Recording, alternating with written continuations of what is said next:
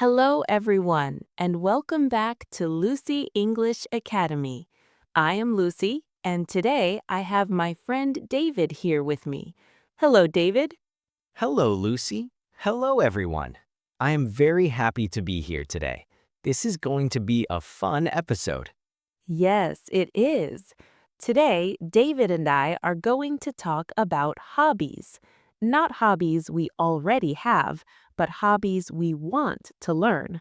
This is a very interesting topic because many of us have dreams. We think, one day I want to try that, but sometimes we never start. That is so true, Lucy. I have a list of hobbies in my head that I want to learn someday. Some are easy, some are difficult, but all of them are interesting to me. Me too. So today we will talk slowly and clearly so you can follow every word. We will share our stories, our dreams, and our reasons. And by the end of this episode, you will have many new English words and phrases for talking about hobbies. Let's start with you, Lucy. What is one hobby you really want to learn? Oh, I have many, but if I choose one to start, I will say painting. I have always loved art. When I was a child, I used to draw pictures in my notebook. I drew flowers, houses, animals, and people. I was not very good, but I loved it. That is so sweet, Lucy. So why did you stop? Well, life got busy. School, work, and other responsibilities took all my time. But sometimes, when I walk past an art shop and I see the colorful brushes and paints in the window, I feel something inside me. I think, I want to do that. I want to create something beautiful. I understand that feeling completely. There is something very special about creating art with your own hands. It is not just about the painting itself, it's about the feeling you get when you are doing it. Exactly. I think painting can also be very relaxing. After a long and tiring day, instead of watching television or scrolling on my phone, I could sit quietly and paint. Just me, the brush, and the colors. It sounds wonderful. It really does. You know, Lucy, I want to learn photography. This is my big dream hobby. Oh, photography. That is amazing, David. Tell me more. What kind of photography do you want to do? I want to do nature photography. You know, going outside early in the morning when everything is quiet and peaceful and taking pictures of birds, trees, flowers, rivers, and landscapes.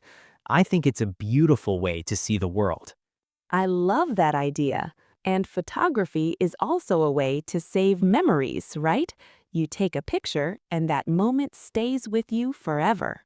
Yes, that is exactly why I love it. But I am also a little scared, Lucy. Good cameras are expensive, and I feel like photography is a skill that takes a long time to learn. Light, angles, settings on the camera, it can be very confusing. I understand. But you know what they say, every expert was once a beginner. You do not need a perfect camera to start. Many people begin with just their smartphone. That is very good advice, Lucy. Actually, I already take some pictures with my phone. Sometimes when I see something beautiful, a sunset, a flower in the garden, a cat sleeping on a wall, I take a picture. I think that is already the beginning of photography. Of course it is.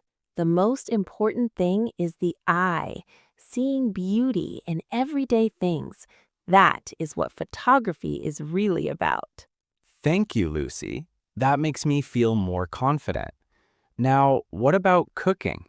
Do you want to learn any cooking skills? Yes, I can cook simple meals, but I really want to learn baking. Bread, cakes, cookies. I find baking very interesting because it is like a science experiment. You mix flour, eggs, butter, sugar, and suddenly something magical comes out of the oven. Ha! I love that description. Baking as a science experiment. I think you are right. Everything must be measured carefully. Too much sugar and the cake is too sweet. Too little flour and it falls apart. Exactly. I once tried to bake a chocolate cake for my friend's birthday. Oh, David, it was a disaster. The cake was flat and hard like a rock. My friend was very kind and said it tasted good, but I could see on her face that it did not. Oh no, Lucy. That is a funny story. But you know what? That is how we learn. We try, we fail, we laugh, and then we try again. Yes, and I think that is true for all hobbies. When David first picks up a camera, the first pictures will not be perfect. When I first hold a paintbrush again after many years, the painting will not be beautiful, but that is okay. That is a very important lesson. We often do not start a hobby because we are afraid of not being good at it. But the goal is not to be perfect. The goal is to enjoy the process. I also want to learn gardening.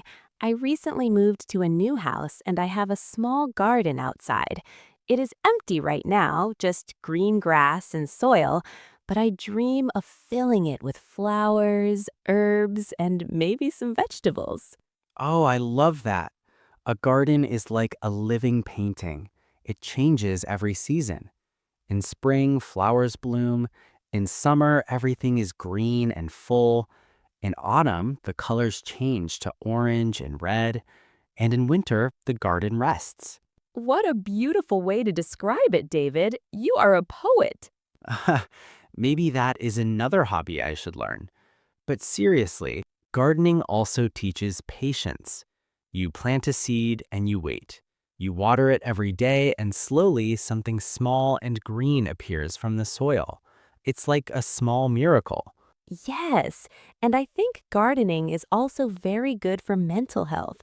Being outside, touching the earth, breathing fresh air, it calms the mind. I agree completely. You know, Lucy, I also want to learn to play the guitar. I have wanted this since I was a teenager. I remember watching musicians on stage and thinking, that looks so cool. I want to do that one day. And did you ever try? Once, when I was about 17 years old, my uncle gave me an old guitar. I was so excited. But after 2 weeks, my fingers hurt so much from pressing the strings that I stopped. I told myself I would start again later, but later never came. Oh, David, that is such a common story. We start something, it gets a little difficult or uncomfortable, and we stop. But the people who continue, even when it's hard, are the ones who eventually learn. You were right. And you know what? I still have that guitar, actually. It's sitting in my room collecting dust. Maybe this is the year I finally pick it up again. I hope so. There's also dancing. Have you ever wanted to learn to dance? Yes and no. I think dancing looks beautiful when other people do it, but when I try to dance, I feel very stiff and awkward. My body doesn't seem to know what to do with the music. I feel the same way, but I would love to learn salsa dancing. It looks so joyful and energetic. I think it's also a great way to meet new people and to exercise at the same time. That is true. Dancing is exercise, social activity, and art all in one. Maybe we should take a salsa class together, Lucy. Ha, yes! We can be the two worst students in the class and laugh about it together. Perfect plan. And last but not least, pottery. Lucy, have you seen those videos online where people shape clay with their hands on a spinning wheel? Oh, yes. Those videos are so satisfying to watch. The clay spins and the person's hands gently shape it into a bowl or a vase. It almost looks like magic. I know. I watched one video and then suddenly 2 hours had passed. I think I want to try pottery one day. I imagine it feels wonderful to hold something in your hands and know that you made it yourself from nothing but a piece of clay. That feeling of creating something with your own hands is very powerful. Whether it's a painting, a photograph, a cake, a garden, a song on a guitar, or a clay pot, when you make something, you feel proud and happy. Absolutely. And I think that's the real reason why hobbies are important. Not just to fill time, but to express who we are, to create, to learn, to grow. Well said, David. So, friends, we talked about many hobbies today: painting, photography, baking, gardening, playing guitar, dancing, and pottery.